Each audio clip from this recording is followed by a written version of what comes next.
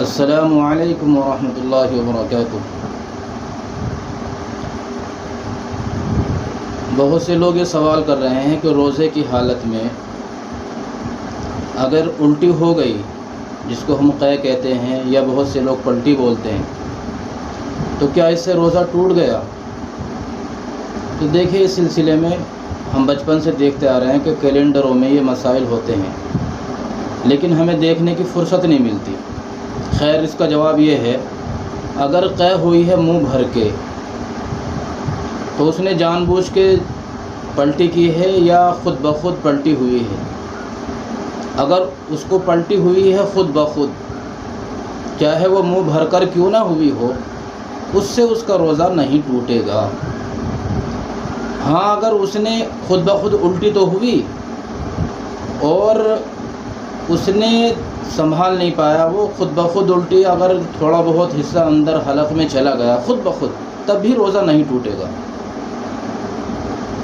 اور اگر جان بوجھ کر اس نے ایک چنے کے برابر بھی پلٹی کا کچھ حصہ، ایک چنے کے برابر اگر حلق میں واپس کر لیا تو اس کا روزہ ٹوٹ گیا۔ اور اگر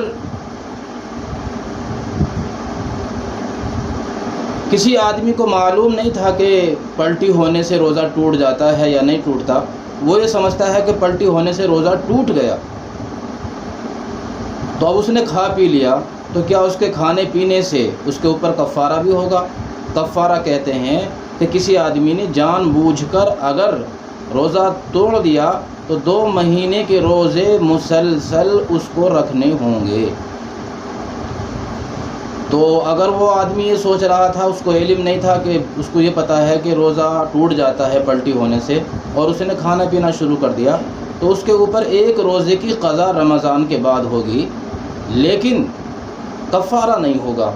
لیکن اگر اس کو معلوم تھا کہ پلٹی ہونے سے روزہ نہیں ٹوٹتا، پھر اس نے کھا لیا، تو اس کے اوپر پھر 60 دن کے روزے مسلسل رکھنے ہوں گے یا اس کا فدیہ اس کو دینا پڑے گا۔ چنانچہ فتاوی شامی میں لکھا ہے، او ذرعہ القیء فظن انہ افطر فاکل عمدا للشبہۃ ولو علم عدم فطرۃ لزمتہ الکفارۃ۔